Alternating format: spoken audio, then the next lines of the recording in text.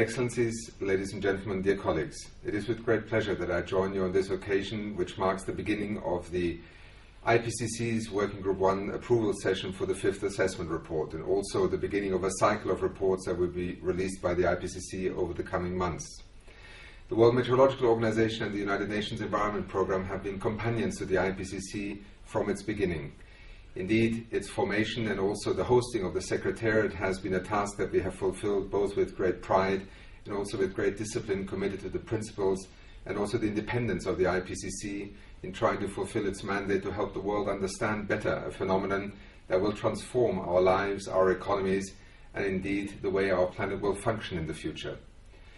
The work of the IPCC over the years has focused on the interface between science and what governments, decision makers, policy makers and societies can draw as conclusions from that science. We have also been part of this journey of trying to address a phenomenon that we still do not fully comprehend, nor can we document all its detailed consequences on our planet.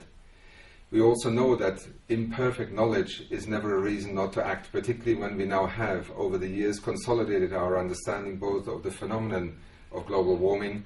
and in particular the consequences that will arise from it for the future of our economies and societies.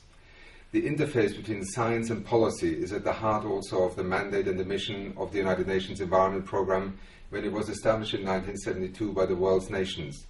Indeed, the Rio+20 summit has reaffirmed the importance of having an environmental authority in the international system. And it is through that perspective that we continue to commit our support as the United Nations Environment Programme to the immensely important task of the IPCC.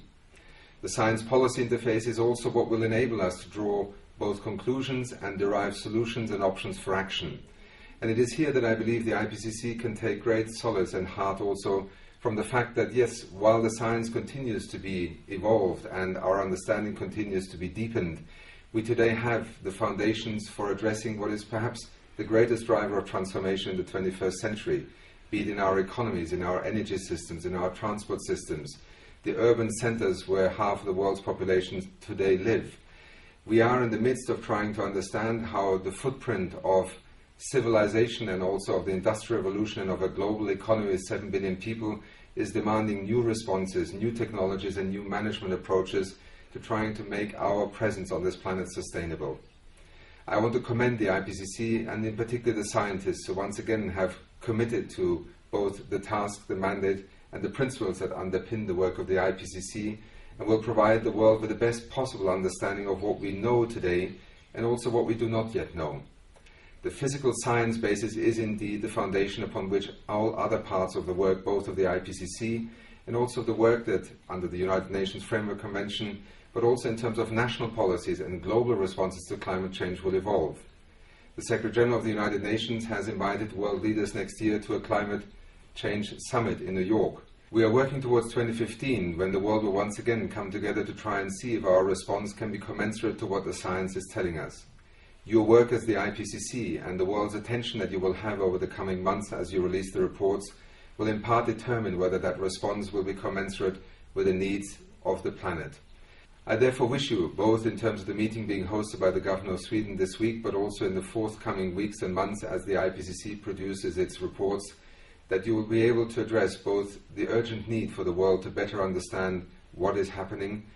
but in particular to also understand that the multiple benefits of responding to the climate change phenomenon also holds great promise for the transition towards a green economy, a more sustainable economy in the 21st century. Much of what is now become a necessity in terms of greenhouse gases and global warming can also produce many benefits in terms of jobs, new technologies, new markets and opportunities for our economies and societies. It is in this context that your work stands out as one of the foundations for international consensus building. Thank you.